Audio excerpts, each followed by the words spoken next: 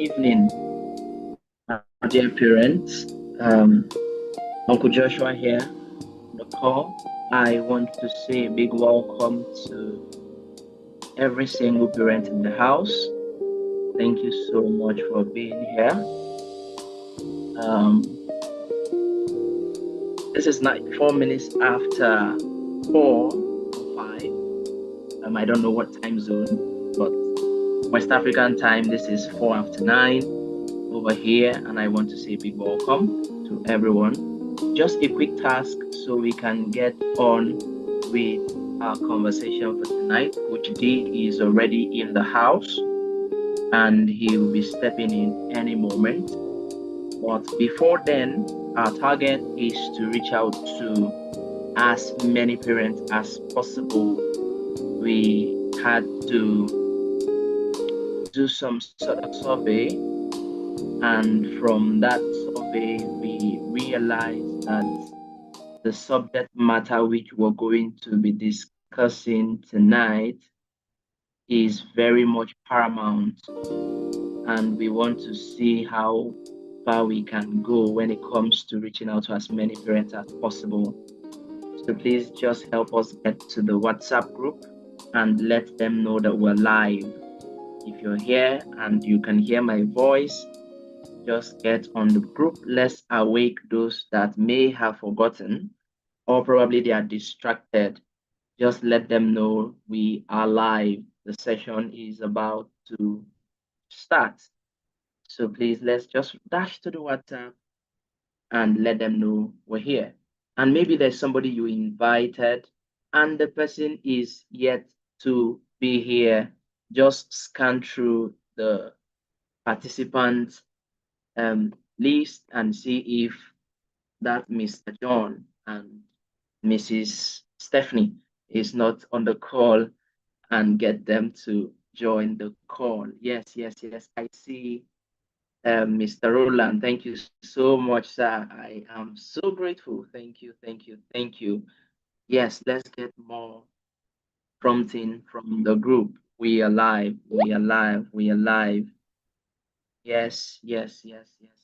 Let's see how we can drag in the next, say 5 minutes or thereabouts, and then we'll go straight into the conversation for tonight. The conversation for tonight, like we all know, as we have been sounding the alarm, is raising in two worlds. Without many interpretations to that, we already have a glimpse of what the conversation is about. Okay. Thank you so much, Mr. or Mrs. Tetrus. I hope I got that correctly. You're welcome. You'll be integrated well. Thank you for joining, and I want to assure everyone here that it's going to be an experience. It's going to be a wonderful thing. Yes, I see Mrs. Adejoke. Yes, let's go. Let's get all the emojis we can get on the WhatsApp group. Prompt everyone to appear here. This is what we call clarion call. So sound the alarm in Zion. Let them know that we are about to march on into getting a hold of how to manage our children, our teenagers, when we're being faced with two different parameters. So please, we're live. Let's go. Fire emoji, all the action emoji you can. Oh, the WhatsApp group is for only admin. Thank you for that notification. Sorry, please. I am going to allow everyone to send message right about now. Yes, I think it's open for messages. Yes, You can can go put the old one. Ọláìwé mo fẹ́ sọ nǹkan kan. Ó dégbọn ìgbín náà ló sọ. So you can come and pick up the listen and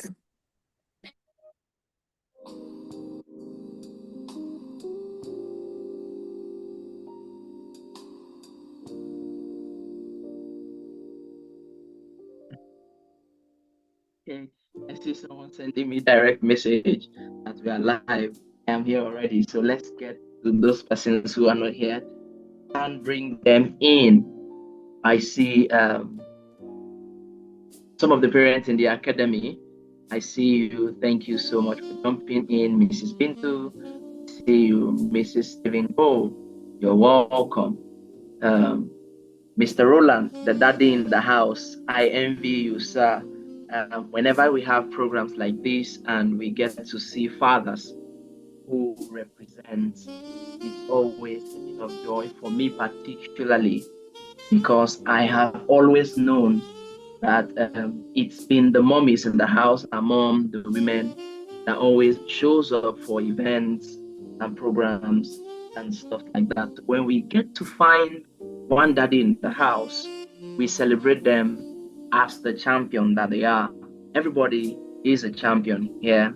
We're all parents. We're doing the best we can to make sure we give our children the kind of training, the nurture that we want for them. So we are all doing very well. Thank you so much. And for those just getting to familiarize with the academy, this is Teen Success Academy. We call it the Thrive Hub, right? Where we do and I mean lot of molding and remolding when it comes to mentoring teenagers. And from time to time, thank you, Ma. From time to time, we get to also engage with parents like what we're having tonight. And this is particularly for those in diaspora, especially those in Canada and the US. Those are the audience we're talking to tonight. Because if you realize there are some other persons in other regions that are not here, and this is just for you. We crafted out this particular program just for you guys, and I know it for a reason.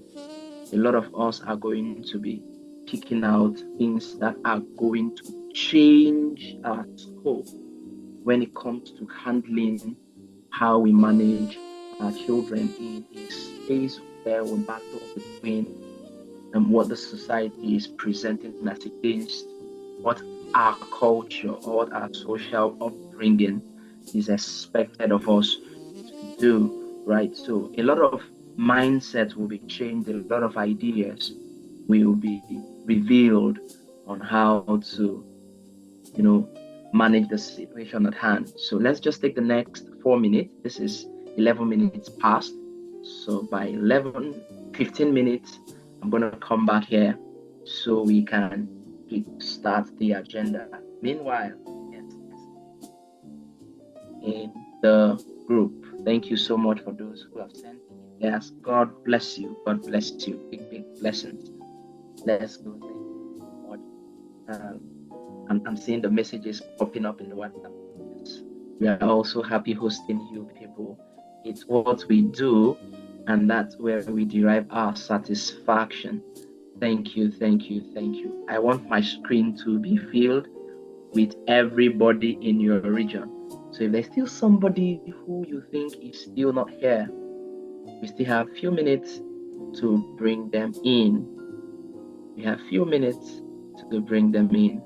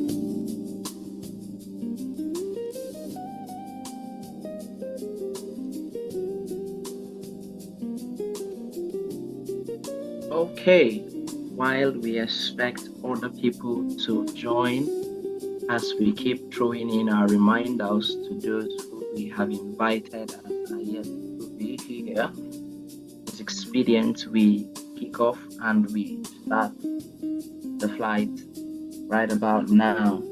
Like I introduced myself before, for the sake of those who joined afterwards, my name is Mr. Joshua, popularly referred to as Uncle Joshua. In this space, and this space is Teen Success Academy. Teen Success Academy. Refer to yourself as the Drive Hub. Yes, what we do is we play the role of molding and remolding, shaping and configuration of young children, teenagers and preteens. So we are into teen coaching and mentoring in Teen Success Academy. We have many programs outlined for the year, starting with our annual mentorship program, which is a 12-month program where we schedule coaching sessions for your children over the months from January down till December. Meet with them. The system is structured in such a way that each conversation, each meeting are being done layer upon layer. For those in the academy, realize that we started off having conversations on their identity, the other conversations, and we switched into talking about the how. Now we're talking about a few things about who you are. Now is how you do what you need to do, having known who you are, and on and on. So our system is structured in such a way that we build from ground up, right? And we have other programs other than the annual coaching that we do. In between the months, we have programs scheduled for teenagers like spiritual intelligence that will be coming up next week. We had social sense, our relationship, emotions, friendship, and all that. We did that in the month of February, and a few other courses. We also have boot camp, general boot camp. We have our boot camp that we do for our kids. It always falls in between the holiday period where we have 2 weeks intensive meetings with these guys in a format where we deal with them on many aspects from spirituality, academics, morality, and everything.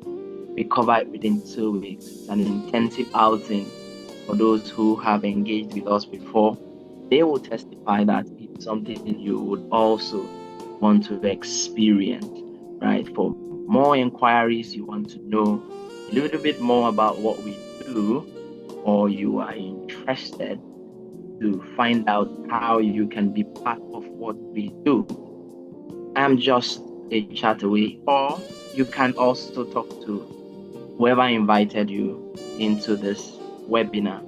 They will guide you on how to contact us, right? And you'll get all the informations you need to know. Yes, somebody is already, Mrs. Monye is already saying Thrive Bootcamp is a life-changing program.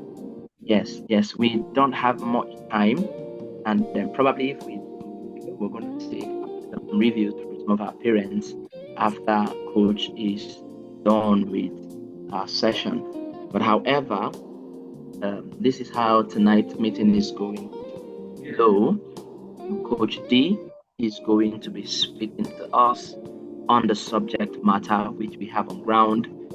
After that, we're going to take questions, feedbacks, and then we have something again to share with every one of us. Whilst the program will be going on, if you have questions, you have concerns, or probably in between the conversation, there is something you also want to get clarity on, you can slide into the chat and give us a chat.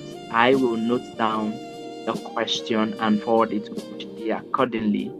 If it falls between or within the time of the conversation, it will be discussed or it will be handled, right? So it's a free space, it's a safe space where you can ask any question and raise any concern, and I am certain that answer will come from us. Thank you so much. Any moment from now, the next voice you will be hearing is Coach D. Thank you so much. Over to you, Coach D.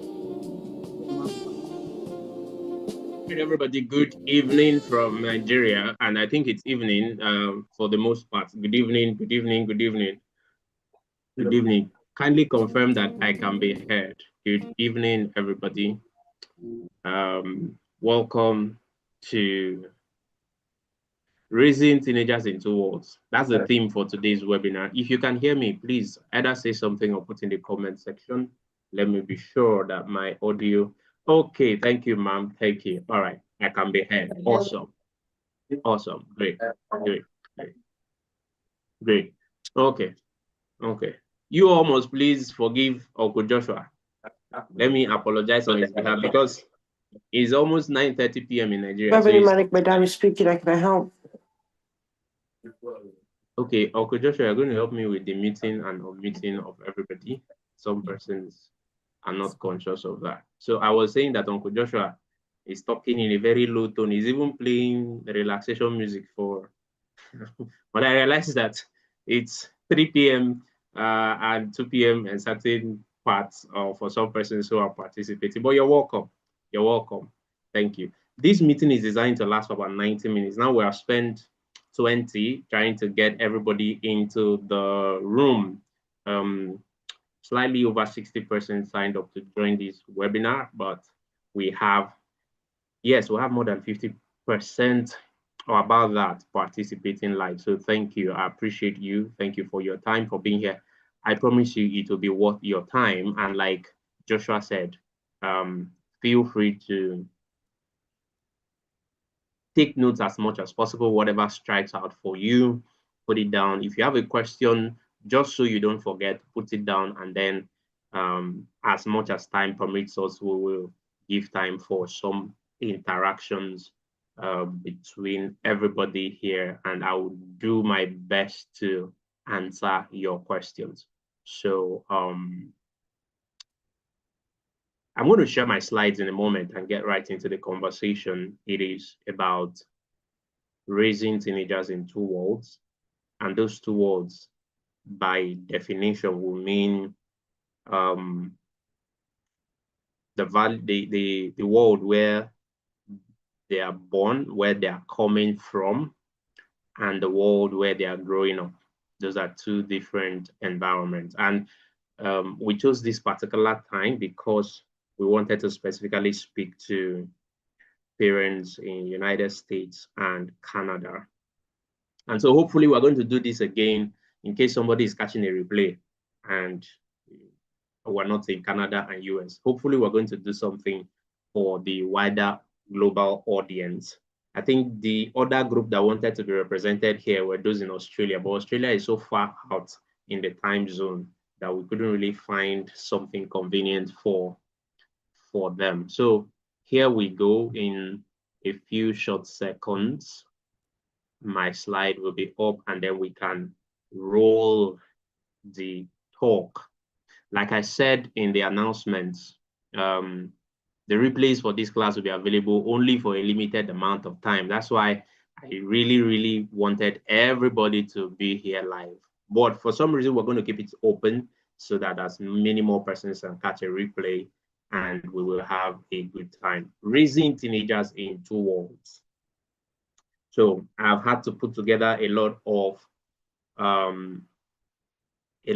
my work around raising. So if you some work that we're doing towards the end of 2025 was titled Raising Culture Shapers, Culture Shifters, okay?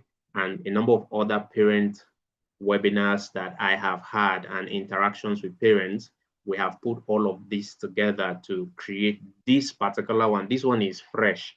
So nothing, you have not heard anything I'm about to say, you have not heard it before. So please sit back, relax, and take it all in. Like I said, ask your questions. Why location will not save your child? Location is not the solution because a lot of persons moved or relocated or diaspora, pardon my French, all right, because of certain reasons. But the key to all of the discussion we're going to have tonight, the key is identity. So keep that in mind. We're going to revolve around the subject of identity because that ultimately is the solution you want to begin to develop for your child. But I'm going to, try and break it down as much as possible. So you left, but the battle followed. You left Nigeria, you left some part. I think there's somebody here from Namibia. I don't know. And then, Uncle Joshua, please check. Somebody just joined the WhatsApp group, and I'm not sure that person has access to the link. So please, you might have to reshare the links across the different groups. All right, so you left, but the battle followed. A lot of persons, migration, moved for a better experience. You wanted a better life. Good enough, powerful ambition, but your child is losing their soul. And that is dangerous. So they have more exposure, but less conviction. I'm going to be asking you to underline certain particular words in my chat tonight with you. Conviction is one of them. The first is identity. The second is conviction. And I'm going to lose count at some point. More exposure, but less conviction. More information, but less direction. They have a lot of freedom in this new world where you live. Europe is not the easiest of places to be a parent, especially to be an African parent, especially to want to raise children with values. So there's a lot of freedom in the system. However, there is confusion as to how to go about these disciplines, in most especially because of the idea of discipline that we have been accustomed to in our own cultures, in our own civilization. Discipline that is corporal, discipline that is physical, discipline that involves hitting and flogging and beating and all of that.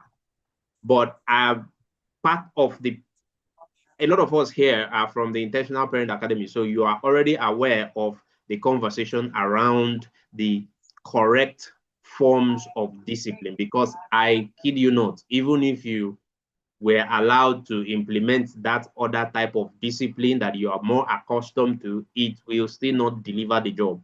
In fact, we're going to see later on in this conversation that that will drive your child further away. So something is not adding up.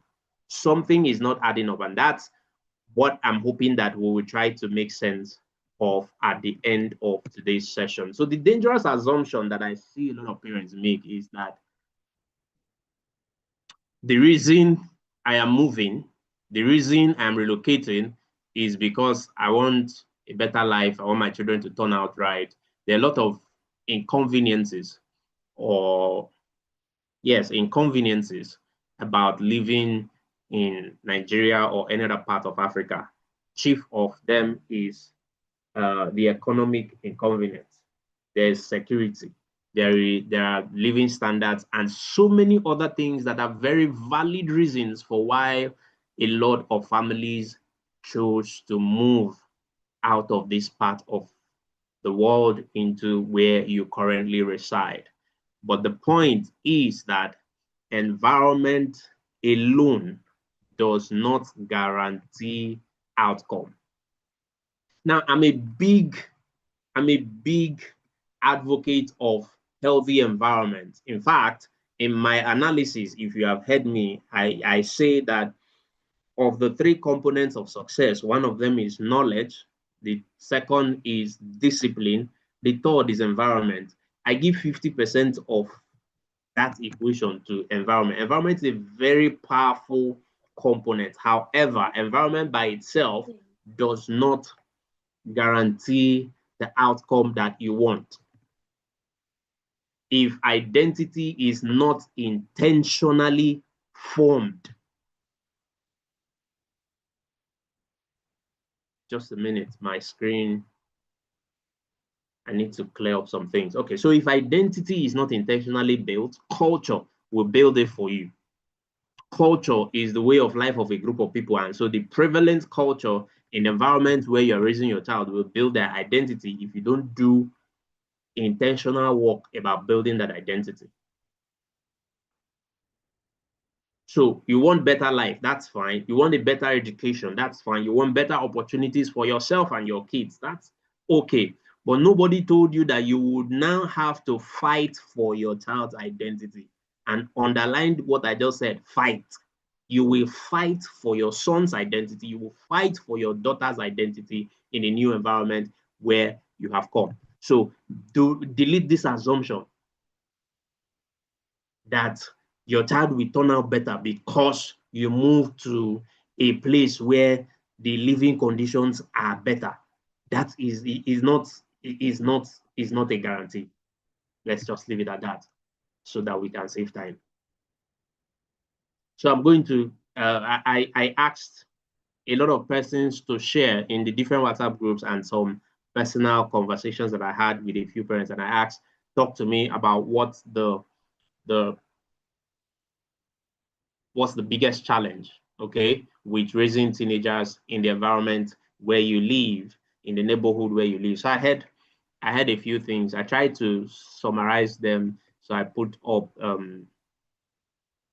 hope okay, yeah. So you can see my screen, some of the things that I got as feedback. My child struggles to make friends because of different values. Somebody said he's the only Christian. Okay, he's the only one of 3 Christians in the class, and I wish there were more. So this is about faith and spirituality. Okay, somebody said they laugh at him because of his haircut. Okay, they call him bald. Okay, one of my teenagers, I think a preteen in our coaching program last week, we were having a conversation around emotional awareness and stuff, and somehow that conversation pivoted into bullying, and somebody said they even laugh at me because they say my food smells in class. All right, so in my response, I told her, I said, please remind them that if anybody is eating food that is odorless, they're probably not eating food. Okay, so we joked about it, and I made some other comments in that light. However, I said that to say that one of the things we will do in building healthy identities for our children is also to equip them with language, to equip them with what to answer, so that they don't shrink in the public space, so they have something to say. As long as they're not insulting anybody, let them have answers, ready answers for some of these confrontations. So one parent said the daughter becomes a very different person around her friends. She's trying to be a people pleaser. She's trying to fit in and all of that. Another person said they're listening to strange music and there's an argument. What is wrong with this music? I have a YouTube video on this subject of it's old. I need to improve and review the content of that video.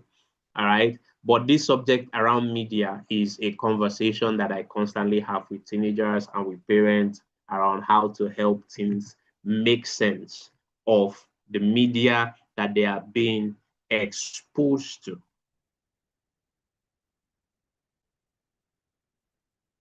So, but the reality is that you're not just raising a teenager, you're raising a Nigerian or African child, depending on where you are from.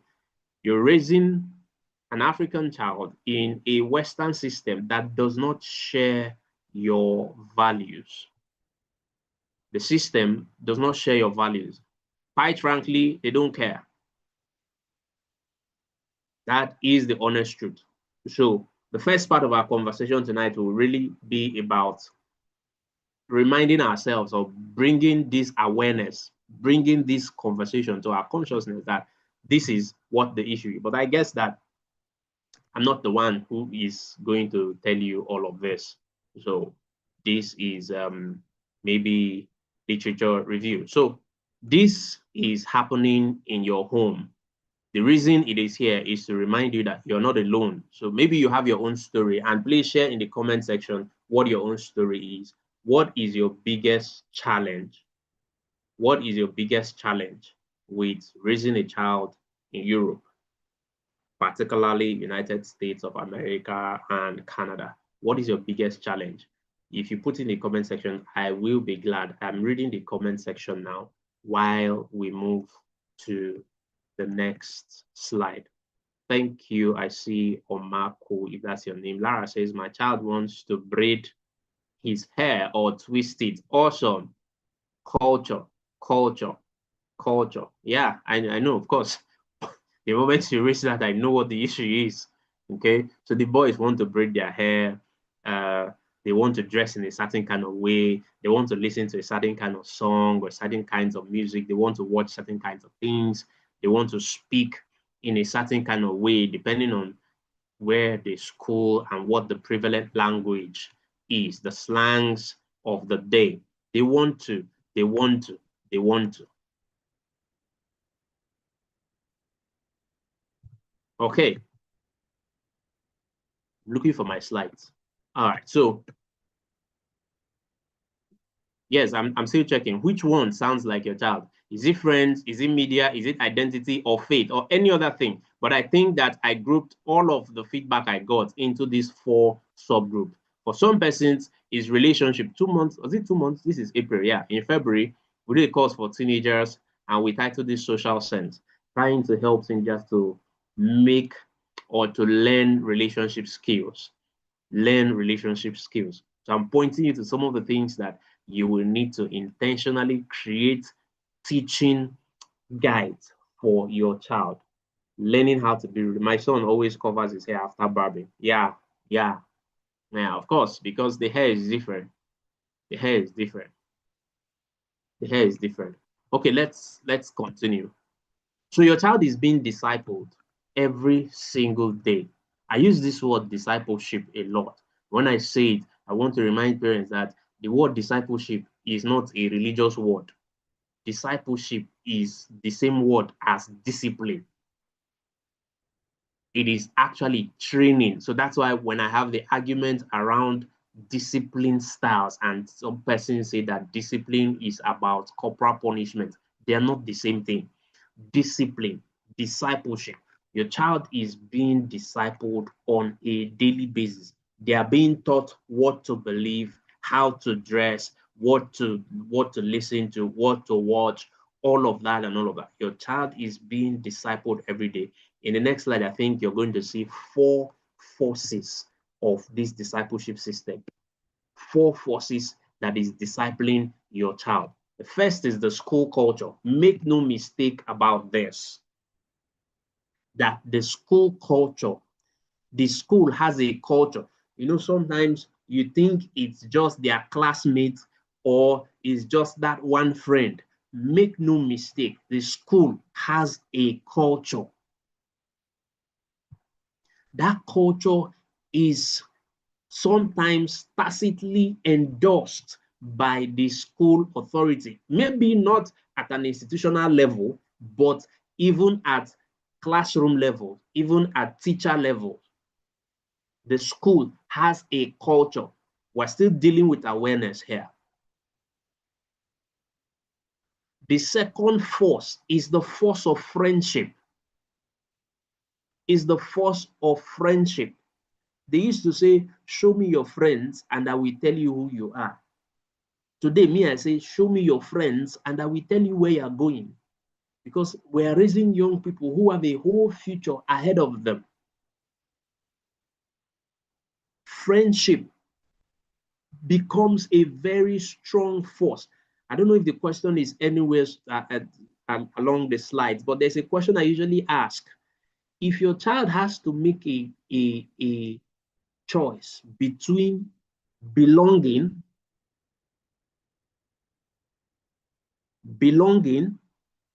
and obeying rules, who do you think they will follow? They will follow belonging. In fact, it's one of the strongest human needs, the need for community, the need for acceptance, the need for belonging. I don't know which number on those Maslow's hierarchy of needs, but the need for belonging is one of the strongest, one of the basic needs of human beings.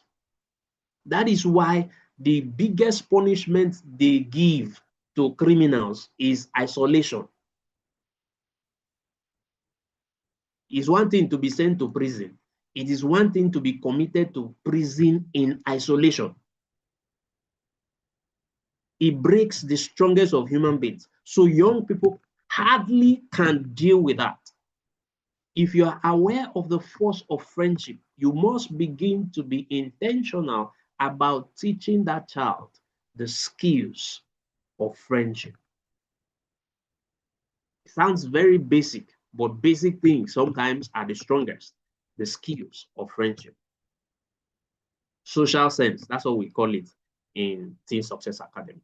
Social sense. The third force is the force of media. Is the force of media. And media is movies, books, music, social media, print, electronic, all of that. Video games, the ones that we neglect the most. Video games. Video games. There's a lawsuit currently, I'm not sure whether it's Canada or United States, against the makers of Roblox, one of the most popular games for young people. 69% of all users of Roblox are less than 16, I think. I'm not so sure now how the age, but 2/3 of the, did I say less than 16? I think the data says less than 12. I think the data says less than 12-year-olds make up almost 70% of the users of Roblox. And so there's a lawsuit against them about the fact that Roblox has all manner of what you don't want your child to, let's just keep it at that. All manner of what you do not want your child to get involved with. A few weeks ago, there was a lawsuit that YouTube and Meta, that is Facebook, they both lost out in that lawsuit. I think they are appealing the lawsuit now, but they lost out. The jury ruled that those two platforms were intentionally designing their platforms to be addictive to young people. You need to be aware of these developments because those are the favorite games. I did a video recently about the difference between the 90s game. It was just a commentary. Somebody else did a video and I did a commentary about the difference between the games we played in the 80s and 90s compared to the games that children are playing now.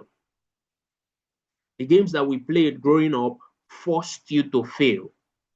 Those games forced you to deal with problems and develop problem-solving abilities. Those games were designed to have an end. If you notice, today's games are designed not to have an end. So your child can play and play and play. There is no end to the game. In the 90s, you played a game with only 3 lives. If your 3 lives finish, you will end the game. But now you can buy life, you can buy battery. There's nothing you don't buy, and so children steal money, and because of the influences of all of these things. Yes. Someone says yes, they even pay fine. Okay, yes, they will pay fine. Okay, I think you're referring to the lawsuit. Okay, I guess. Very true. Product development, the concept around software development is to ensure that the user keeps coming back. Awesome. Yeah, that's true. That's true. That's true. That's true. Every social media is designed to be addictive. I was talking to my teenagers this evening. We had a class and we're discussing screen time and focus time. I made them do a mindfulness exercise for just 3 minutes, and I could see the fight. I could see the pressure that young people have with sitting still for 3 minutes of no stimulation. I just did the test this evening, about 2 to 3 hours ago. So force is discipling your teenager. You must be aware. So that when some of the resources you should equip yourself with are resources that help you fight this. So they're alternative. They're alternative games. I'm not saying children should not play. You can't remove play from a young person. That will be detrimental to their development. But you have to look for the alternative. Then finally is the desire to belong, which is pretty much like the second one. The desire to belong, the desire to be accepted. All of my friends are doing it. And so how do we raise that child who rises above this desire? How do we raise that child who is able to keep their heads above these basic needs and who is able to counter these forces of discipleship? We must have a counter discipleship system. We must have a counter discipleship system. Because when your child says, I just like the beat, talking about music, or I like that movie, I have media arguments with teenagers a lot and young people. When your child said, I just love the beat, no, it's not just the beat. They are absorbing the message. They are absorbing the message. A Nigerian musician did a song and he said, he's pidgin English. He said, how did he put that in? Music no need permission to enter your spirit. The first day I heard it, I was like, wow, what a profound truth. Music no need permission to enter your spirit. Music does not need your, just listen to it. It will seed whatever the creators of that media, it will seed it into your life. So you sat in a restaurant and you heard the music that you were not planning to listen to. In fact, you were not paying attention to the music, but you got home later in the night and you're doing something and you find yourself humming to the beat of something you heard in the restaurant that you don't even know what they were doing inside it, but it has seeded you with something. So when a young person says, I just love that, what are all those things? When you get to books, the Diary of Wimpy Kid, the Harry Potter series, they are not just books. They are seeding you with the ideas of the author.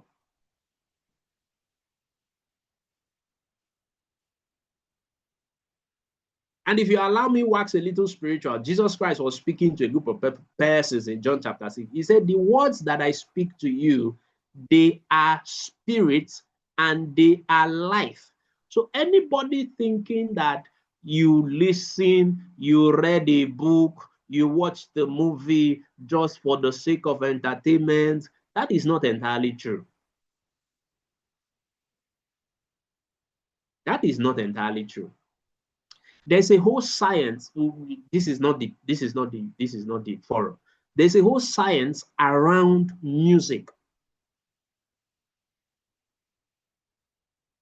Even medical sciences, so that music is used in therapy, music is used in war, music. There's a whole science around the subject of media.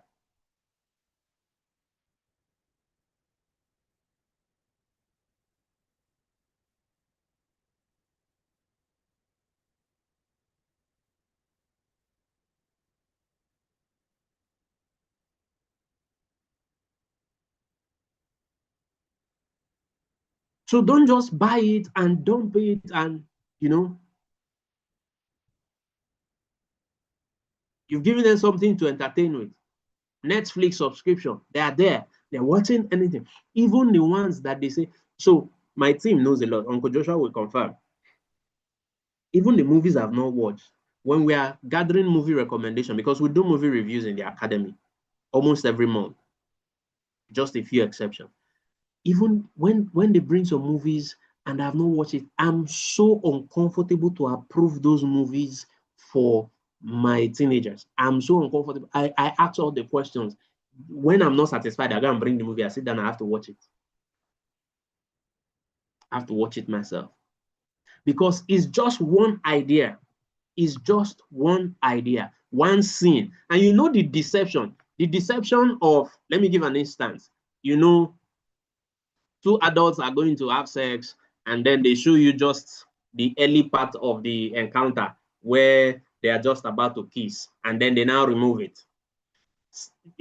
9 times out of 10, the mind of the child, or anybody, the mind of the person watching that material will complete that scene.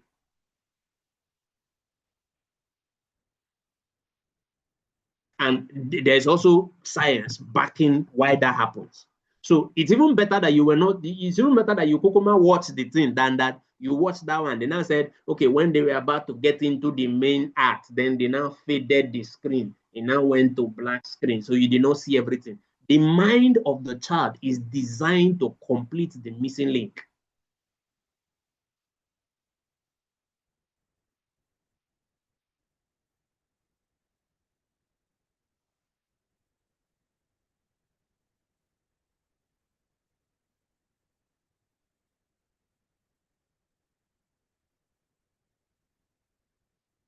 So media. But very important, don't miss this. Don't miss this. Don't miss it. When your child changes, like somebody mentioned, the child acts different around their friends and acts different in the house and things like that. When that happens, the child is not learning to be fake. They're not fake. They are adapting for social survival. That's one other word you should underline. I don't know how many we have gotten to. Social survival. They are adapting to survive socially. And it is a natural thing for us humans to do some of those adjustments in order to get away with social interaction. You need to be aware of it so that, like I said, we're dealing with awareness first. If you're understanding what is going on, then you can better respond to it. You can better respond to it. I have a lot of slides, so let's move forward. The greatest pressure on your child is not rebellion. It is the fear of rejection. It is the fear of rejection. It is the fear of rejection. So they will do anything to survive the social environment, to be accepted in that environment, including defying your instructions. So your child may not naturally be disobedient. I did a study a few days ago on that word rebellion and all the other things that we confuse it to be. Child may not necessarily be rebellious, but they need training, they need the equipment, they need tools and language to be able to interact with the sophistication of their generation. There's a scripture I like in the book of Habakkuk. It's very popular, but you know, what does it say? I will stand upon my watch and I will listen to hear what he will say to me, so that I will know what I will answer in the day that I am being questioned. I think it's chapter 2 from verse 1. The one that is popular is when he begins to say, write the vision down and make it plain.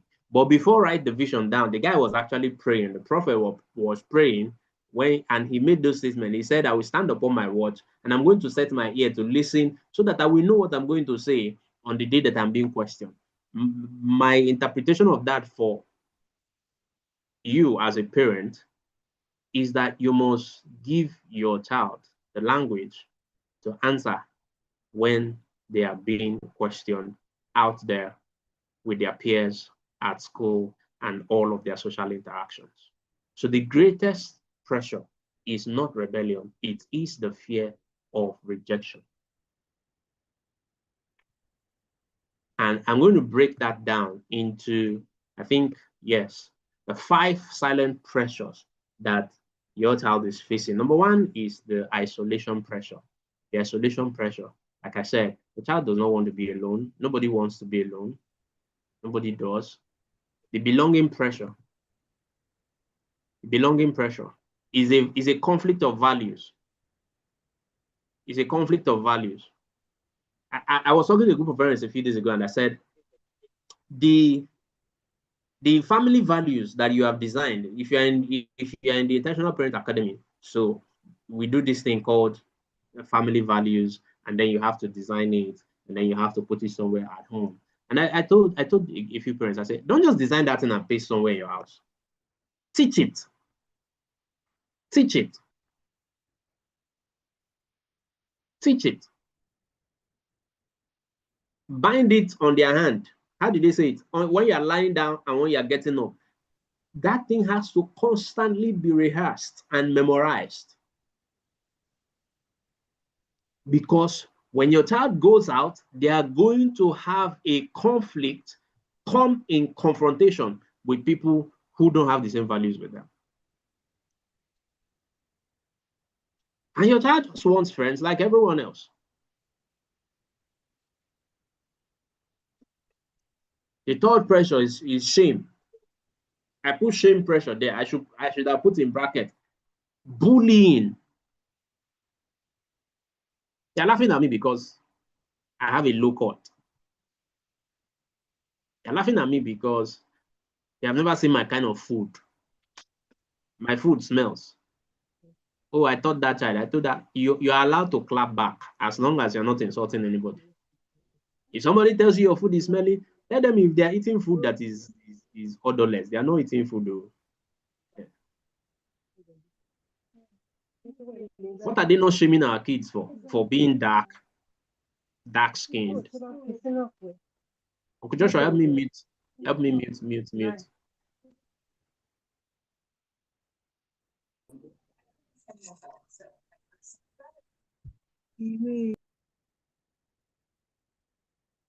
So equipping with language. Number 4 is the pressure of adaptation. That's what I call survival, adapting for survival. The survival mechanism. Let me adjust so that I can fit in. Let me adjust so that I can fit in. It's okay until some point. So there's a boundary. That's where we teach boundaries. Boundaries. You can behave like the Romans to win the Romans, but you must have boundaries. You must have boundaries. Attraction pressure. Attraction pressure. This one is subtle. Very, very subtle. I call it gradual desensitization. It's very subtle. I know it's wrong, but I like it. Music, for instance. I like the beats. So I challenge parents. I challenge parents a lot, especially Christian parents, when they come to tell me about Christian music and non-Christian music. I remind them that Christian music is not a genre of music. Christian music is not a genre. Worship is not a genre of music. There are established genres of music. If it's reggae, if it's pop, if it's all of those things. And so that you can have Christian music in all the different genres of music. So you can have reggae that is Christian, you can have pop music that is Christian, you can have rap music that is Christian, you can have all of those genres that are. So my point is, you must become media intelligent. Someone should put that down for us in the comments or somewhere. This, okay, let's just continue. But you must become media intelligent.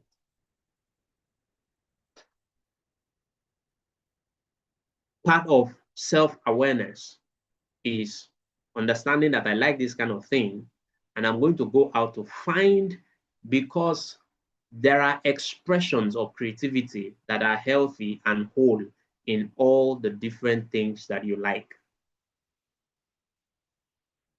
If you like Nollywood, there are excellent Nollywood movies. Then there is the junk, and there is the one that is sponsored by Satan. If you like rap, there are excellent rap music.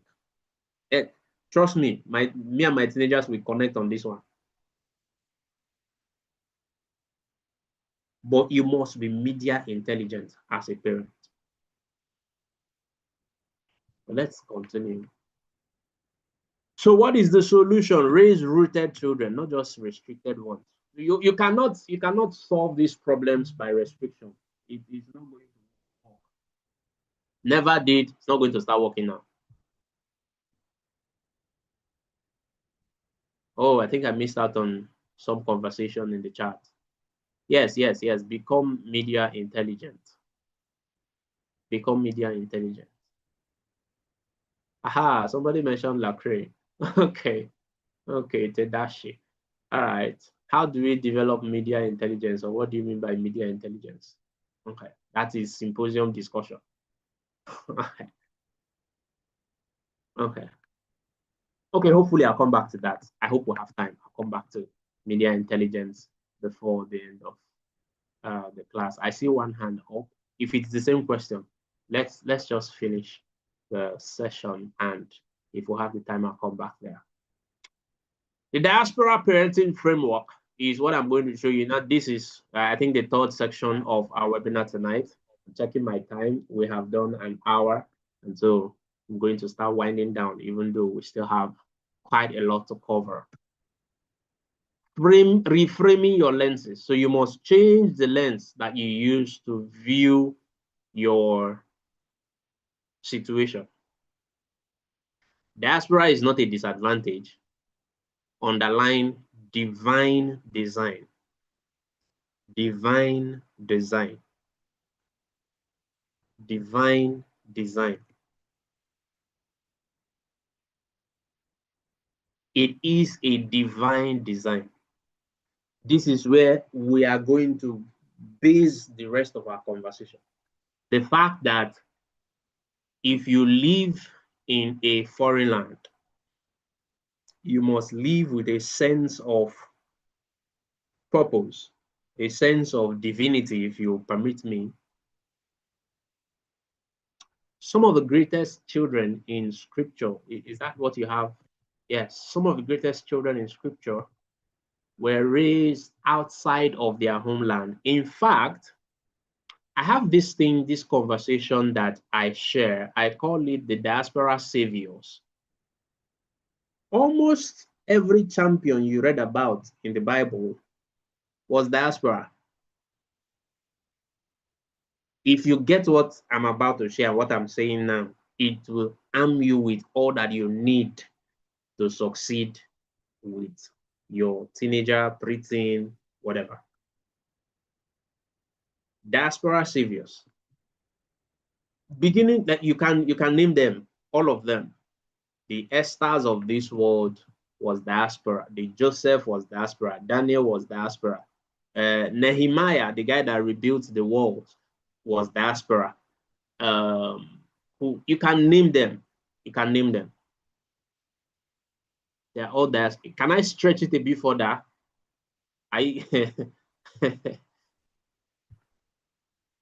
Yes, there were plenty. If I stretch it a bit further, I will tell you that even Jesus Christ was diaspora.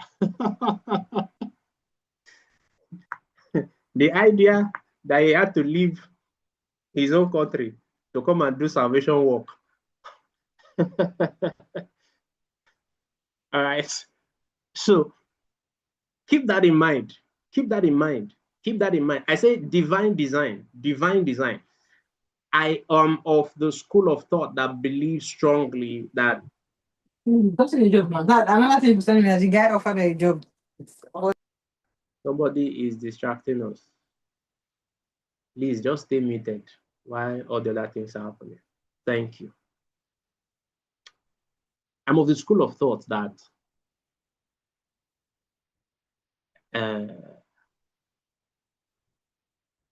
the solutions for the problems we are looking for in this part of the world, Nigeria, Africa, is locked up somewhere in the diaspora. But that is another symposium discussion. It's not in this class. All right, so let's continue. Diaspora is divine design. Diaspora is divine design. So let's begin to look at some of the examples. 7 models. And I acknowledge that everybody here is not Christian, but give me the latitude. Let's look at these characters. So one of my books is titled Teenagers of the Bible. I do character study a lot. I do biographies a lot. I was talking to my teenagers this evening and I told them I stopped watching drama a long time ago. The only thing I watch on Netflix these days is documentaries. So I do character studies a lot. So allow me the latitude to look at 7 characters that will give us a lot of insight around diaspora parenting. Let's go.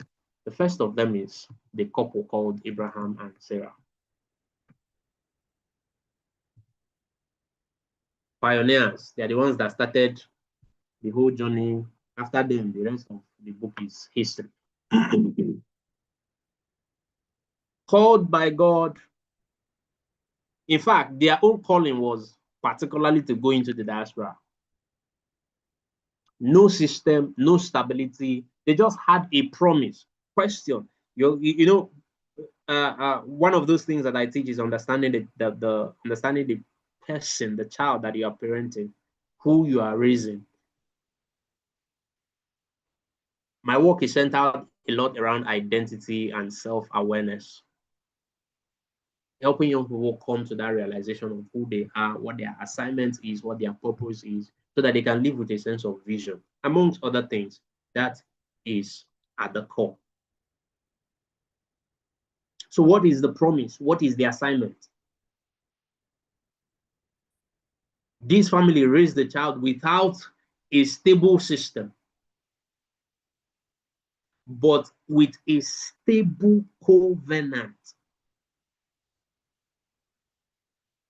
Stable covenant, so that as you parent your child, you must marry them to a promise, marry them to a covenant, marry them to an assignment. No child, no person, I used to say no child, these days I say no person can outperform the image they have of themselves. Say that again. No human being can outperform the image that they have of themselves.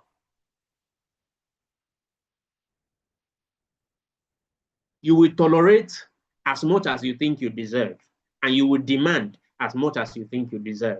No person can outperform the image that they have. So what is your promise? What is your covenant? On the strength of that, Abraham and Sarah built identity without environment. Did they make mistakes? Yeah, they did. But they built identity without, irrespective of the environment, because they were a traveling family. Their own case is special. Their own case is very special. So what can we look at here? The parenting shift you can see from this story. I'm going to run and summarize a lot of what we have. Is that your child doesn't need a familiar environment. They don't have it, quite frankly, they don't. Unless they were born, born and brought up in the abroad. And even at that case, the environment does not fully accept them. So they don't need that familiarity. Stop focusing on that. What they need is clarity, an identity that is anchored on God. An identity that is anchored on God. So I said, stop waiting for the right environment and start building a foundation. Start building now. The younger your child is, the better.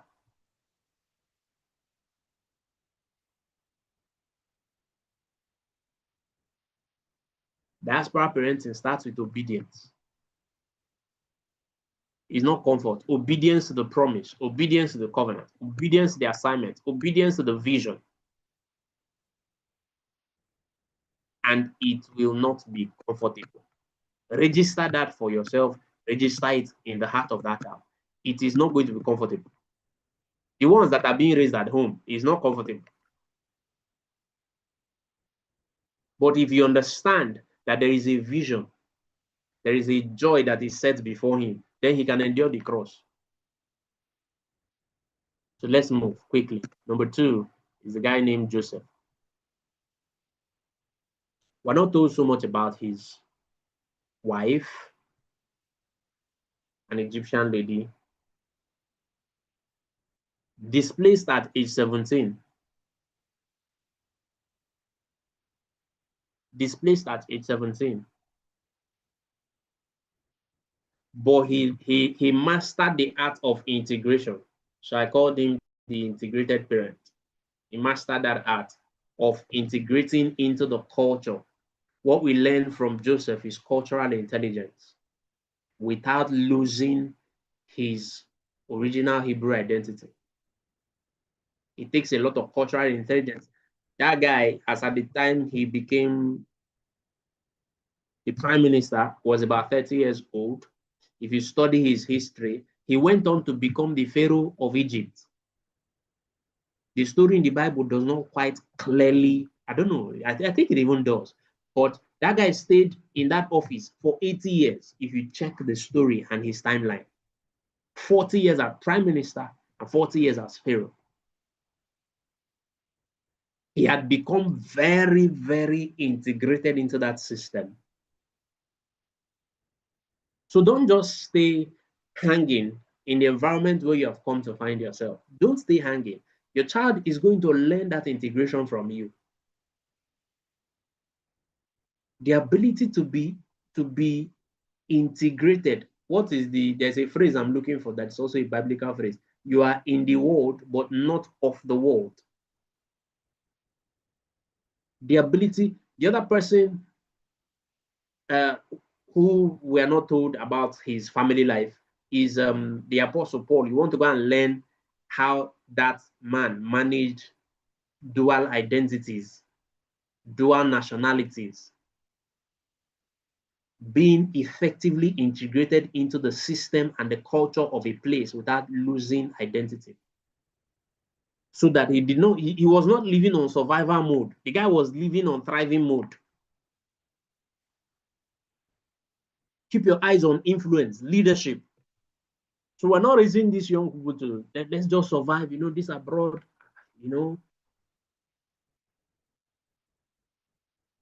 If you start with vision, that vision is going to be a vision of leadership. It's going to be a vision of influence. It's going to be a vision of problem solving.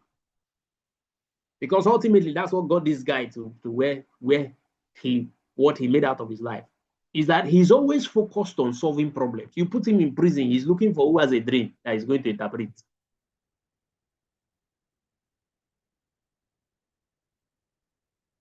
You make him houseboy, he's looking for the office of the chief houseboy.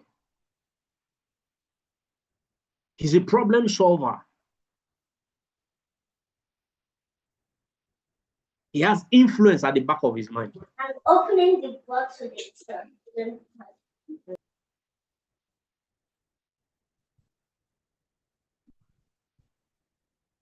What can we learn from him? That your child can succeed in a foreign land without becoming a product of that system. Like I said, cultural intelligence without identity compromise.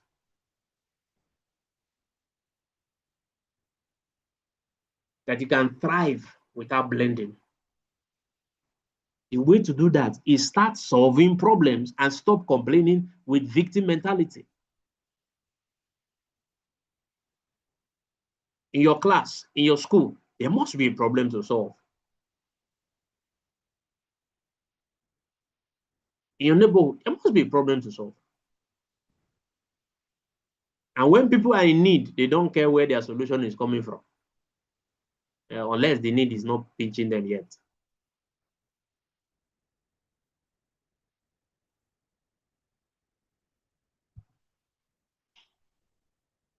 Number 3 is Moses and his another Egyptian wife. Moses and his Egyptian wife. Very much aware of their identities. I call them conscious outsiders.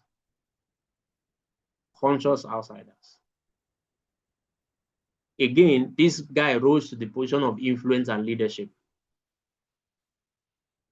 One of the things you will notice, I'm trying to remember the name now. The name is Gershom. Is that the pronunciation? The name he gave his son. The meaning is embedded in the name. That name means stranger.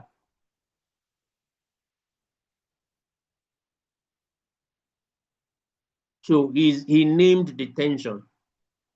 And the lesson I brought out from there is don't hide the tension about being different. Don't mask it. Your child has to come to the realization that yes, we are different and we are meant to be different. You're not, there's no, I want to fit in inside here. Don't mask that tension. Expose it so that the tension can lose its power. And then help your child understand the tension and own it.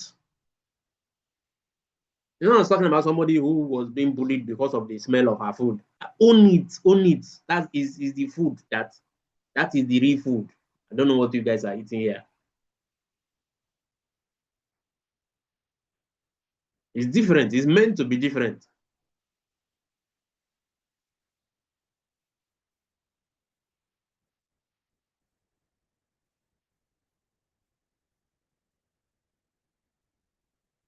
I can learn to eat your food, but you're not going to shame my own food now.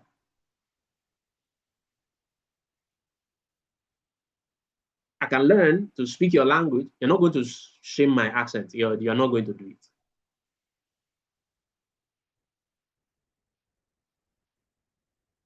Put role models in their presence before them. Across any sphere, you're going to find role models that typify everything that I speak of. Healthy ones, though, not the ones that are sponsored by Satan. Help your child understand the tension and own it. Own it. I speak with an accent. Yes, I do. I'm going to learn, but hello, you're not going to shame me.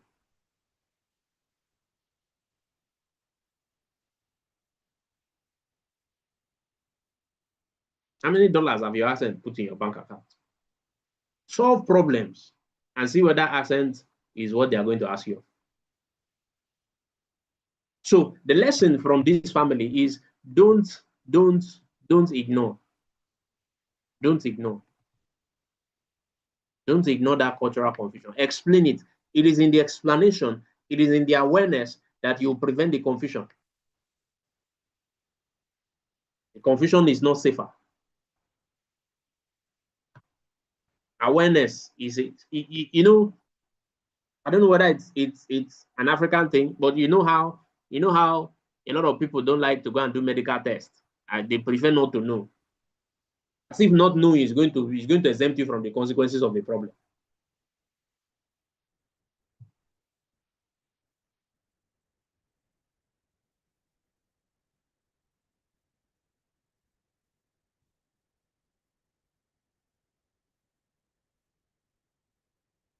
Yes, yes, I hear you, Mr. Roland. It begins with the parents. You as a parent need to understand where you're coming from.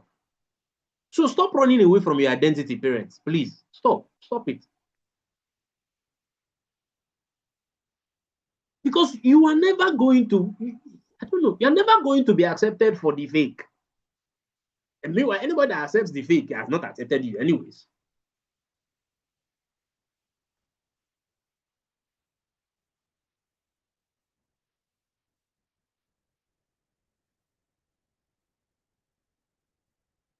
Take ownership of it. I'm different though. I'm different. I'm accommodating. I love people. I can interact with you, but I'm different. Oh yes, people don't want to go and do medical tests. They are believing God. They are believing God in ignorance. I don't understand it. But that is the way of many of us. So we carry that thing into different other places. So we are afraid of naming tensions. You see, you know, there's a phrase, the elephant in the room. Is that subject that nobody wants to address? Why don't you want to address it? Because that is the biggest conversation that you need to be having. It's like sex conversation with teenagers. It's the biggest conversation you need to be having when your child is at puberty. But no, you know, they will learn it somehow, they will learn it somehow, and the damage is happening.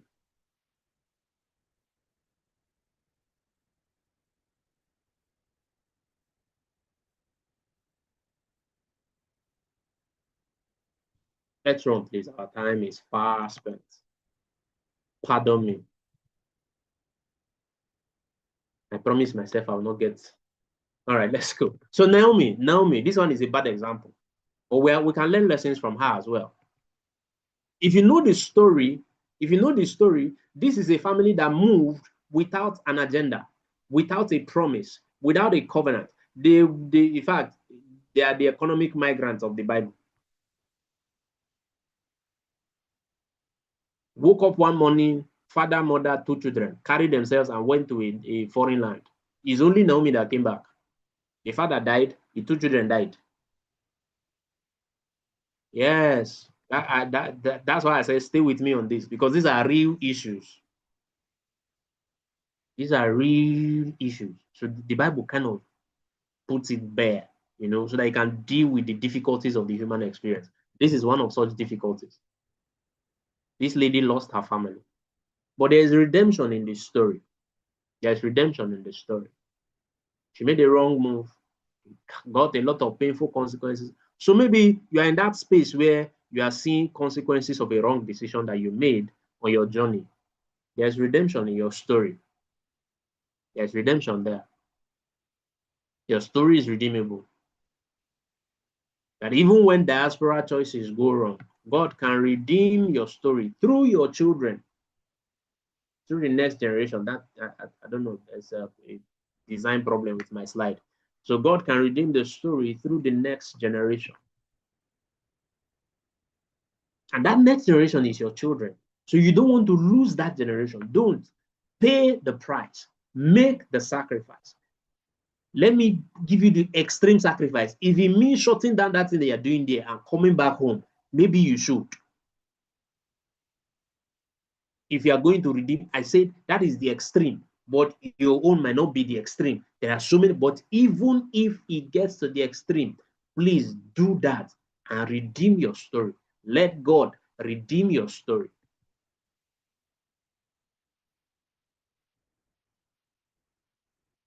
Because I know a few persons, oh, what are people going to say? I went to the abroad and I did not make it, and I came back. You better come back and did not make it and come back with your family than not come back at all.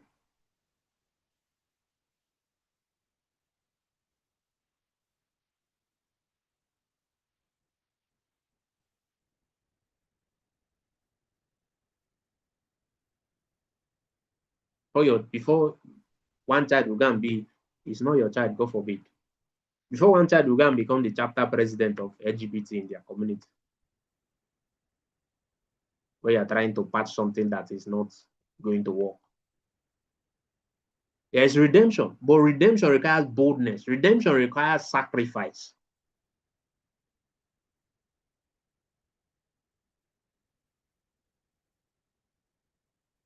Redemption requires blood.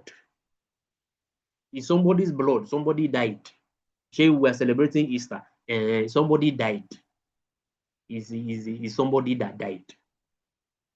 It's not fiction.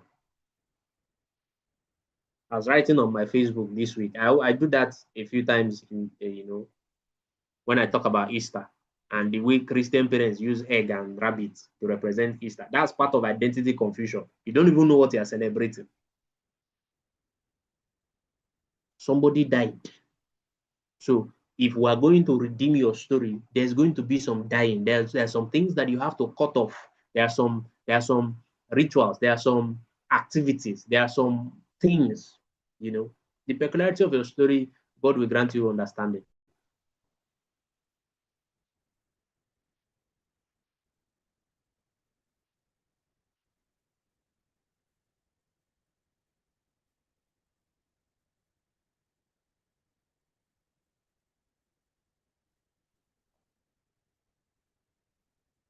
Okay, let's move.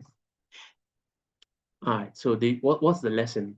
What lens are you going to be looking at Naomi's story with? Is that your mistakes don't disqualify your children. Don't allow your mistakes to become a generational thing.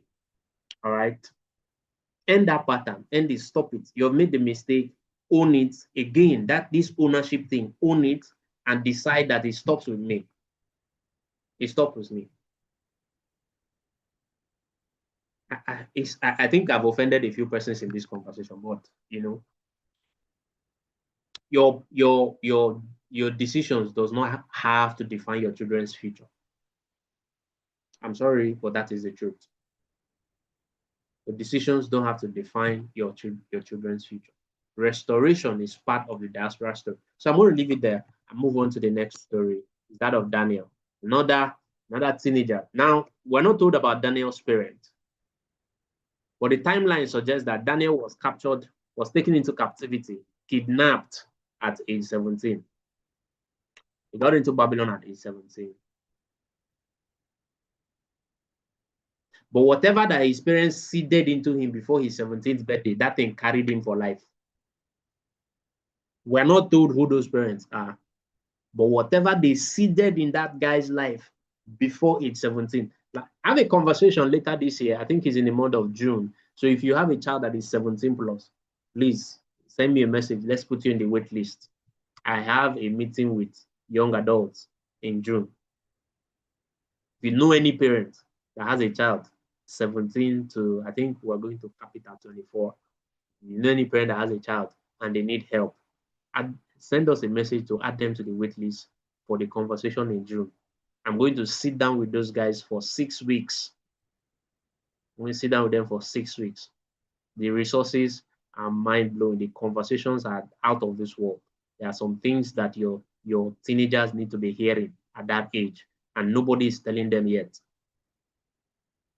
We have packaged that conversation. We are refining it for them. Keep a date, June, so that I can continue this class.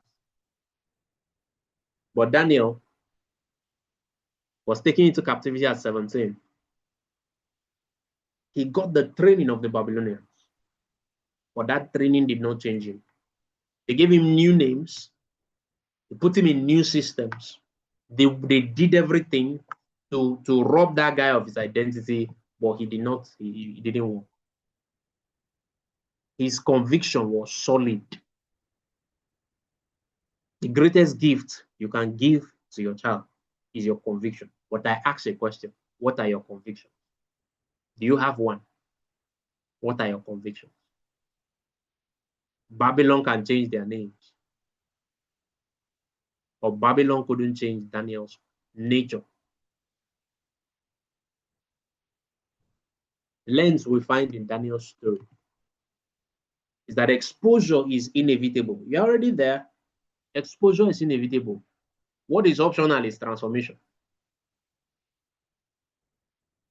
And exposure, I always say, does not guarantee transformation. It can work positively, it can work negatively. Exposure does not guarantee transformation. Putting your child every week in church is not going to make them Christian. Just like parking your car, parking your bicycle every day in the garage is not going to turn into a car. So conversely, you can also make that work to your advantage, that living in the diaspora does not have to translate into transforming your child into a monster or something that you can no longer identify.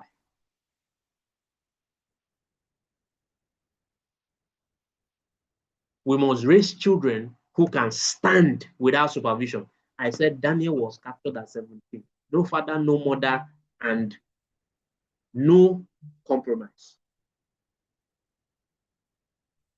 You will not always be there. You will not always be there. A parent reached out to me in January, traveled abroad, came back. They had gone abroad. I think the child was 12 or 11 when they traveled abroad.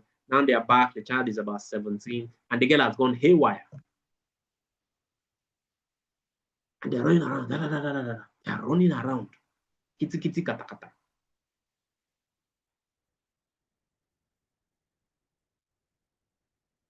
You're not always going to be there.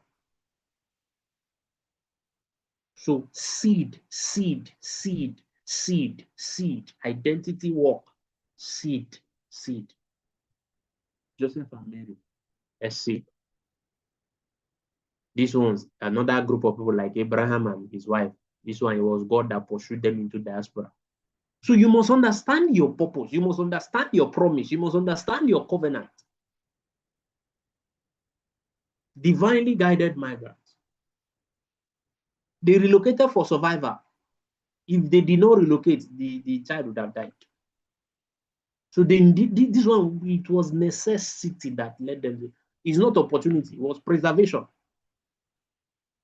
So that sometimes your own relocation is not just about opportunity. You're not an economic migrant. You needed to move. Destiny. There are some destinies that cannot be raised in certain parts of the world. Quote me on that. In this place, Nigeria, there are some destinies you cannot raise here.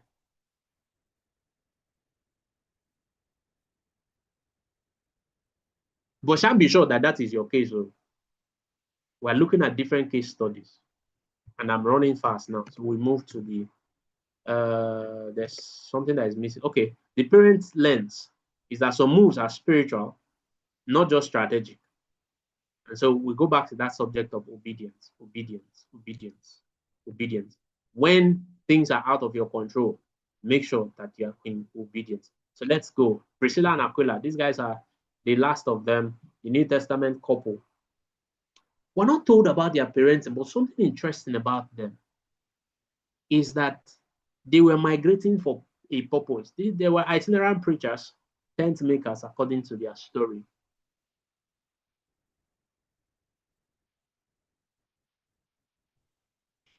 A mission-driven couple, mobile but impactful. They moved around, of course, during the dispersal of the church. In the early church, there was persecution and so many things happened, and they had to move. They converted their own diaspora into ministry. That's the lesson from here. You know, you can take it upon yourself now to begin to go after other people's children. You see that problem of my child is finding it difficult to have friends. You can become the architect of the social architect of your child's life. You can take it upon yourself as the ministry you do. You can teach.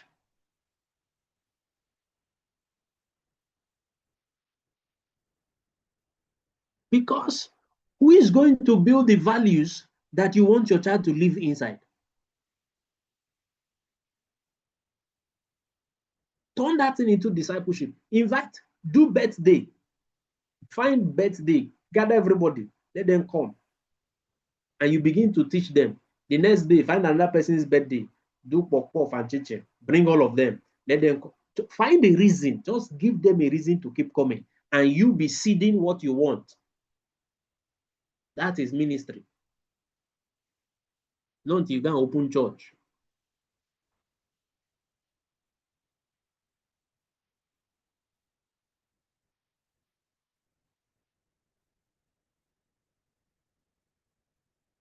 These guys turned their own traveling that was forced upon them. They didn't travel intentionally, by the way.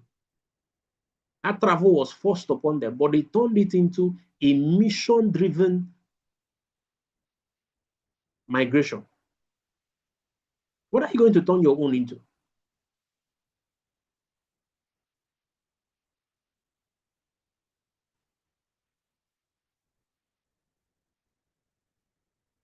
Like I said, it's going to cost you some. What's that my recent favorite song? No throne without the cross. No throne without the cross. It's going to cost you something. It's going to cost you something. But your child is worth the decision. Your child is worth that choice. So that your family is not just on survival mode. Don't just be on surviving abroad. You are on assignment. You can convert your situation into the assignment. Go and talk to God about it. You can convert it into the assignment. I'm going to end in section 4. Our time is up. We have done, we've actually done 100 minutes. So maybe we'll wind down. Let me see how. I'll run through the rest of the slides. So the core problem, most diaspora parents, we focus on school, location, opportunities, but we ignore identity. That's the first thing I said to keep your mind on as we have this talk. Identity formation is the heart of everything. And so I'm going to talk to you about what we do in Teen Success Academy, the Thrive Shift, I have called it. So our mentorship program is called Thrive Mentorship, and Thrive stands for Truth-Based Identity, Honor-Driven Life. I don't have the time to explain all of this. Responsibility, intentional living, value-based decision-making, and eternal perspective. These are the 6 pillars on which we built our coaching program. We used to say training highly responsible individuals with value and excellence. That's how we used to say it. But these are the pillars that we built the coaching program around, so that we want to help all of these young people develop healthy. In this year, for instance, we have spent the first quarter of the year teaching identity. Teach it, watch it in movie, read it in book, do it in assignments, do reviews, do everything, just so it can settle. Next year, we go over it again, because the work is from building a human being is not a one-day job. One correct human being, see the number of criminals disturbing the world, not just Nigeria, around the world. See the number of evil. Building one correct life is not a child's play. And so we cannot leave that to chance. Truth-based identity, honor-driven life, responsibility, intentionality, values, and eternity. The E there also stands for excellence. But you see, any person with eternal perspective is an excellent person. Yeah, there are so many things that you're not going to tolerate in your life. Okay, let's run. The battles, like this is pretty much like a recap of all we have said earlier on. The real battles that we're dealing with, 3 of them: identity confusion, cultural pressure, and the digital discipleship. I spoke about media and media intelligence. And somebody said I should come back to it later. I hope we have the time. I hope we have the time. It's 10:40 by my time, I guess, about that. All right, so if you do not disciple your child, there are so many people that are ready to do it on your behalf. The question is what their motives are. Netflix, TikTok, Instagram, Facebook, teenager, this generation, they're not even there again. Snapchat, Roblox, Minecraft, what are those other games that they play? Several of them. The books that they read, the movies that they watch. Don't just hand these things and say it doesn't matter, because it will matter in the final analysis. It will matter. I'm going to show you 4 or 5 more things, and we'll call it a day. Identity over environment. Identity over environment. So build identity that is stronger than the environment. If the identity is weak, culture will win. The identity is weak, culture will win. So define your child. Let them have a definition. This is who I am.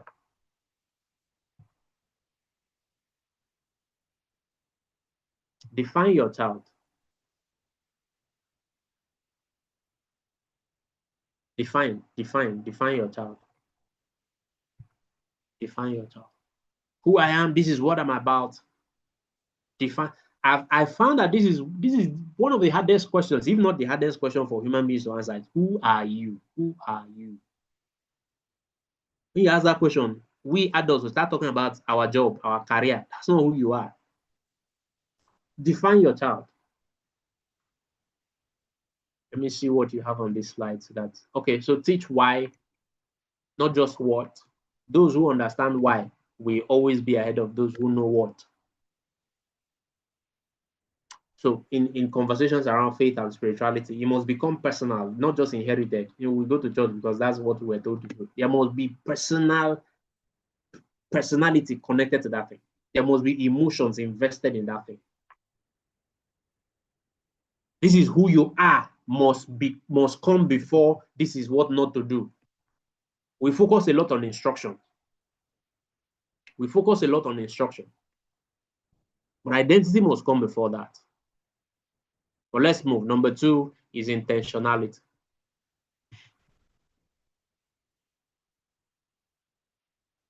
Intentionality. This is where you train social confidence. The fact that I'm close to you does not mean I will imbibe your values. You cannot outsource discipleship of your child to the location. Nah. Go and study the document called the Shema, the document that the Jews use in raising their child. That document is in your Bible. This is who we are.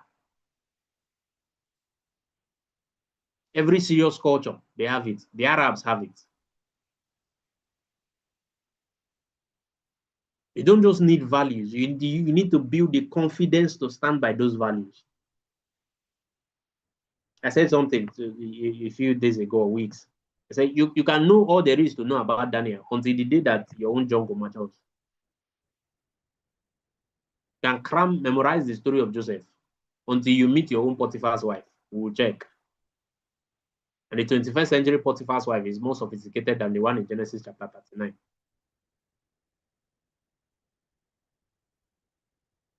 Teach them how to make friends. Teach them how to respond when they are mocked, because they will be mocked. Joseph was mocked. All these people I listed for you, all of them were mocked. If you go to contemporary history, all of them were mocked. The Martin Luther's of this world, the Nelson Mandela's of this world, all of them were mocked. Even the Barack Obamas of this world, all of them were mocked. You are not the first. Be acquainted. There's someone. We get people that we. He says you are appointed to these things. You have an appointment, so be better prepared for it. I don't. And then there's something that is not on this slide that I'm going to say now. Please write it down somewhere. Help your child to build a tribe. Help your child to. That's one of the reasons, that one of the other reasons we put together this group anyways, is help your child to build a tribe. And that tribe doesn't have to be plenty people. It can be 2, 3, but teach them to be contented in that tribe. You can learn that again from the story of Daniel. You know, one of the things that sustained Daniel in Babylon is that he built a tribe of 4 people. He was Daniel, and there was this other friend that were now renamed Shadrach, Meshach, and Abednego. 2 people, okay. 3, okay. But that tribe must be solid. That tribe must be defined. The things that hold together the tribe must also be defined.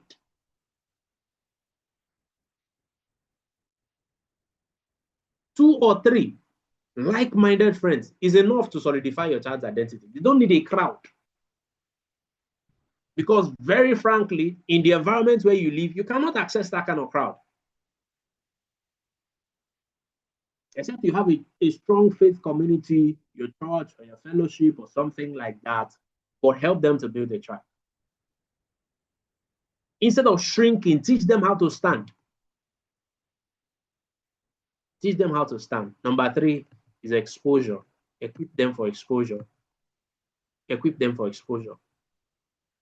Exposure to media. So reframe media. Don't just reject media.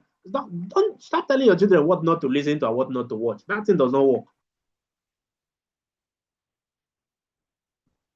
Teach them what to do instead. Reframe the conversation and arm them with the correct information. I probably have to do another short course or class, something on this subject of media. I'll do it, and I'll probably do it because we can't take that. So foreign culture is not the problem. Untrained identity is. If you only say don't listen, you have lost the conversation. Ask questions, engage, have conversations. What do you like about this music? Let's begin to look at the value. Let's even write out the lyrics. Let's look at it. It's guided awareness. I say awareness is more important than confusion. Don't leave it to chance. Because the enemy on the other side is not leaving anything to chance. Give them language for conviction.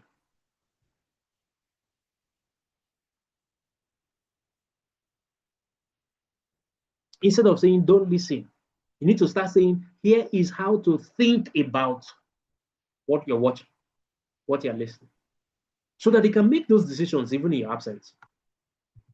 But let's run. Number 4 is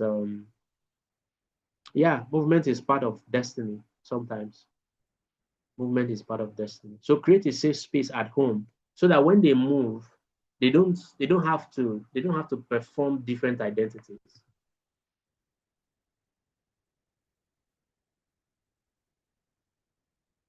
So that when they move, they don't have to perform different identities. Home is a safe space. Create a safe home base. Create a safe home base. Headquarters must be easily accessible. Headquarters must not be clogged by strife and bitterness and unforgiveness. Headquarters must be clear coast. You know, when the Europeans travel, I'm more familiar with this when it comes to the military. You know the first thing when they establish a military, in fact, you don't have a military base until you have established contact with home office. You don't have a base. The first thing you do when you create your base is to secure a communication line. So create a safe home base.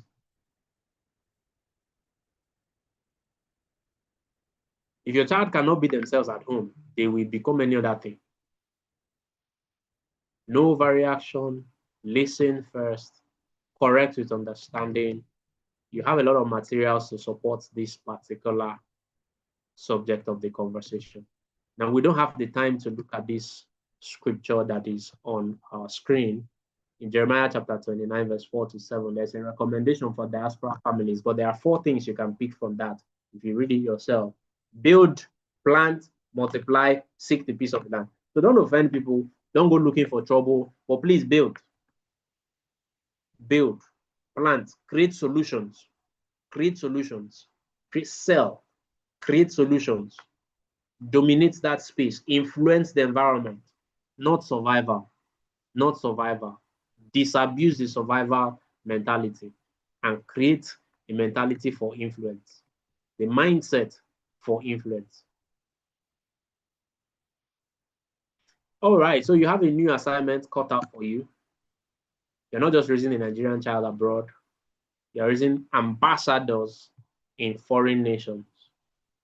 So when an ambassador goes to a foreign nation, he carries the full powers of the home nation. Yeah, I know that that green passport is not very respected around the world, but switch into a higher identity, which is a spiritual identity, the most authentic anyways. So that instead of asking, why are you behaving like this, teach them to think and ask yourself, what pressure is this child responding to? What pressure are they responding to now? If you understand what pressures they are responding to, then you can intervene and interfere more appropriately. Here are a few things that you can do this weekend as you spend your Easter. I wanted to write the contents that I've not been able to come up with. A list of activities, games, and stuff that you can do with your family. Hopefully, we'll put it out on our social media. It's not here. Uncle Joshua, please post on the WhatsApp groups all of our social media handles. We're on Instagram, we're on Facebook, we're on YouTube. Please follow our handle, subscribe. I need you to subscribe. That is one thing you can do for me tonight. Uncle Joshua is going to post it for us. Have identity conversations this weekend. Eliminate passive screen time this weekend and going forward. Eliminate that thing. Introduce spiritual habits. Build your family culture intentionally. Intentionally. Yes, thank you, Mercy. Thank you. Our spiritual intelligence class is on Thursday. Uncle Joshua, please share. Join that class. Oh my God, join that class. 3 days plus 14 days, 17 whole days of spiritual intelligence. It's out of this one. We have not done that course before. I've done a number of discipleship things for young people, but I've not done a spiritual intelligence course before. First of its kind. Join our spiritual intelligence training for teenagers. It's happening next week. And in fact, there is one more thing. But let me finish the slide so that we can now have discussions. I want to invite you, if you want to raise grounded, disciplined, spiritually aware, purpose-driven teenagers, join the Thrive system.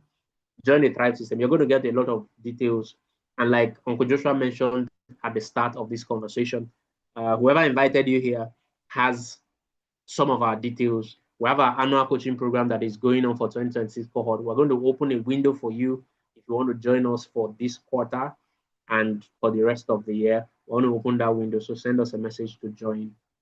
Spiritual intelligence training is starting on the 9th of April. It's 17 days. The outline, the announcement will be sent across to you. Please take advantage of it. 10,500 naira. Is, I don't know, how much is that in dollars? I don't know. Not sure you can buy any serious pizza. But big size pizza in Nigeria is 22,000 naira. So you can imagine. All right, so join spiritual intelligence. But there is a course. I want to do a Thrive Bootcamp for Canada and US. I want to do Thrive Bootcamp for Canada and US. It's a 2 weeks bootcamp that we usually run in August. If I have enough interest, let me give you a number for enough interest. I want a minimum of 120 teenagers from your region. If I have enough interest from Canada and US, we'll host a special edition with your time zone. That's what I mean by special, because we usually host it in August, 2 weeks. But I know that you guys go on holiday a month before Nigeria and the rest of Africa. And so if I have enough interest from your zone, we'll host that. People, we have countless testimonials from that bootcamp. It's 2 weeks, 14 days, morning and night. So there are 28 sessions in that bootcamp. We are going to bring it to you in your time zone. I want to host in July. So there are about 60 persons or more. I think there are 60 something persons on this call. So if you make a comment, those of you that have more than one child or one teenager, if you make a commitment to joining us for that bootcamp in July, we're going to pick a schedule that suits your time zone, and we will announce it. You guys will register. We're going to sit with your teenagers, and we're going to be discussing things that pertain to your environment specifically. All right. So if this is my own invitation to you. Thank you for spending time with me this evening. Let me see what else is on the slide. Yes, grounded, discipline, spiritual. Then you need a system. And this is where I close. You didn't move for opportunity alone. You moved for assignment. You moved for purpose. You moved for a promise. You moved for a covenant. You moved for a vision. Define it, identify it, and live it. Thank you so much for been a long time tonight. It's almost 11 p.m. here in Nigeria, and this is where I call it a wrap. So let's talk. You have a question, you have feedback, something you want to share. Please, the floor is open. We're going to take that for the next maybe 5 minutes up to the top of the hour, 11 p.m. for us. I think this will be, we start at 9. So this is 6 p.m. for you guys. So thank you for your time. Thank you. Thank you. Thank you. What time are you asking about, Lara? Please unmute yourself. Let me understand. You say the flyer has no time. Which flyer are you referring to? Okay, the spiritual intelligence flyer. Okay, it doesn't have a time because like I said, there are 17 days in it. So let me explain. The first 3 days is 7 p.m. Nigeria time, and it's Thursday, Friday, and Saturday. So you can check. I believe most of your children are still on holidays next week. So the first 3 days is 7 p.m. Nigeria time. So you can check what that time is in your zone and join us. But the other 14 days is going to be a Bible reading sprint. And what we designed it to look like is that we're going to do morning devotions again, Nigeria time, which will be midnight or early morning for you. I don't know. Check. We're going to do morning devotions, but those 14 days are not rigid. They are flexible. So we're going to provide the reading guides. We're going to provide the outline. It's like a reading challenge, and then we're going to give assignments. And it will just be the community will be engaged on WhatsApp, where we're going to be taking feedback. So the other 14 days, they're not rigid, but for the timing, we're going to do morning devotions where we're going to interact and explain and teach the day's reading. But in 14 days, your child will be able to get a very good milestone into reading their scripture and getting acquainted with that very important document. Thank you for asking, and I hope that I answered your question. All right, any more questions? Thank you, MM, thank you. I'm just speaking the names I'm seeing. I hope that I'm good. Bisaya, thank you. God bless you too. He less on me. Mrs. Onine, thank you. God bless you, Mrs. Onine. Our one and only Mrs. Onine, thank you. Mercy, thank you very much. Yes, thank you. Do we get the presentation? The replay is going to be available for the next 7 days. The replay is going to be available for the next 7 days. I did that so that I want more persons to come in live and listen. But we're going to keep the replay available. And like I said, if you promise me that something, well, just know that you can be sure that replay is available for the next 7 days. After that, I am not so sure. Thank you, Abigail. Thank you. Edose, thank you. Thank you. Thank you. Trying to go through the comment section. I hope I've not missed any question.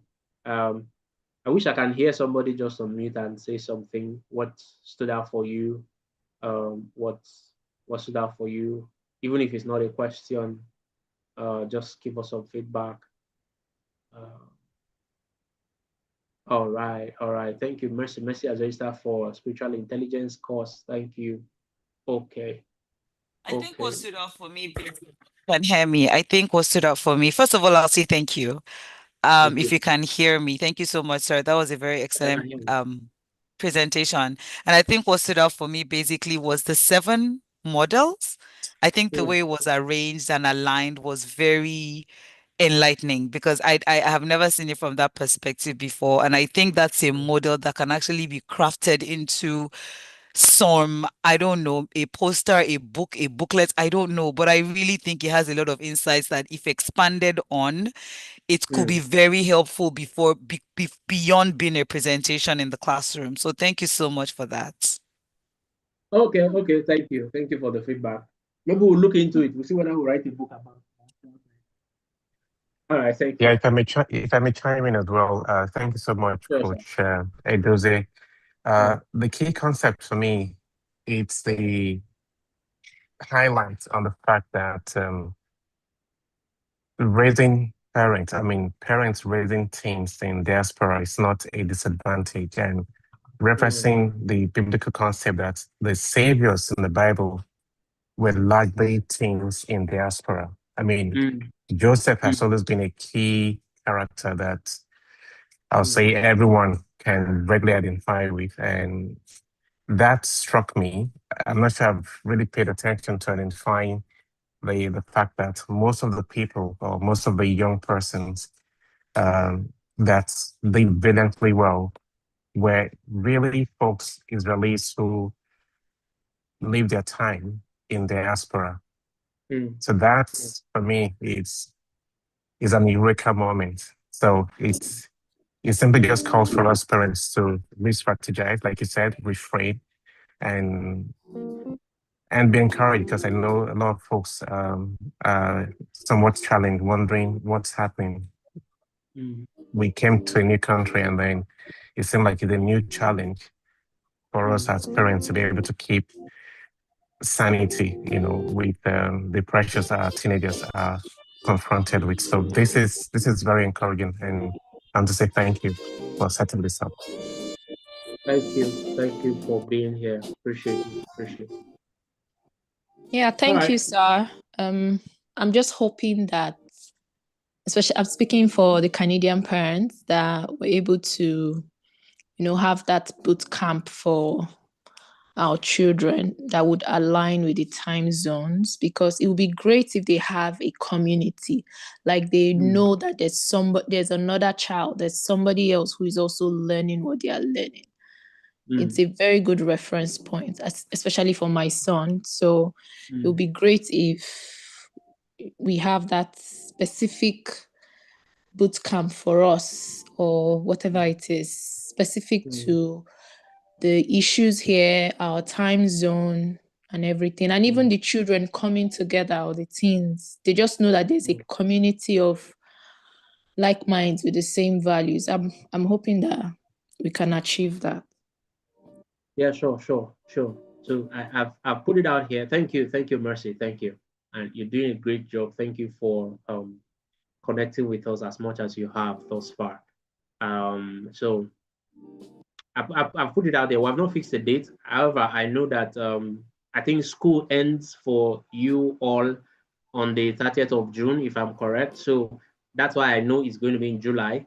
So we're going to look at our calendar and fix it.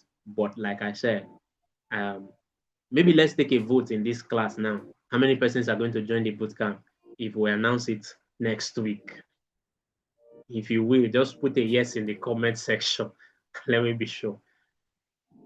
Okay, I think at this point we're going to stop recording so that the replay will be short. Yes, I've just put out the challenge there. If that is something that we will, I want to do it, and I want us to do it. A few persons have indicated interest around it, so we're going to keep it open between now and maybe the next few weeks. We'll begin to see. Oh, okay. I think I was looking at the wrong part of the chart. Aha. All right. Okay. Time zone is key. So that's what we're discussing. If I have enough, if we have enough interest, we're going to put it, just like we did this to suit your time zone. We're going to do it to suit your time zone. That's the key. That's the key for us, and we'll get it done. July. School closes again. We'll confirm. I'm going to ask Mercy and maybe Mrs. Onyinye to help us confirm the time. No, you both are in Canada, so I'm going to need somebody in US also to confirm that everybody is finishing school on the 30th of June, and so that anytime in July, maybe from the 2nd or 3rd week of July, we can schedule the bootcamp for your region and have it that way. Thank you. I see quite a number of persons in the comments. Thank you. Okay, so if I think that is all. And you will be hearing from me. Stay in the group, stay in the community. We'll share the replay links. I think it has already been shared somewhere. So we'll share the replay links. Maybe share it with somebody else to catch a replay. You know, spread the word, spread the word, spread the word, and we will see. Get in touch with us for a lot of our resources. The books I mentioned, Teenagers of the Bible has volume 1 and volume 2. They're available on Amazon. You can get hard copies in Canada. We'll look for the distributor that has it. But check with your distributor. Some of them already have it, okay, so that you can access it. Thank you. God bless you, and have yourself an amazing Easter celebration. Bye.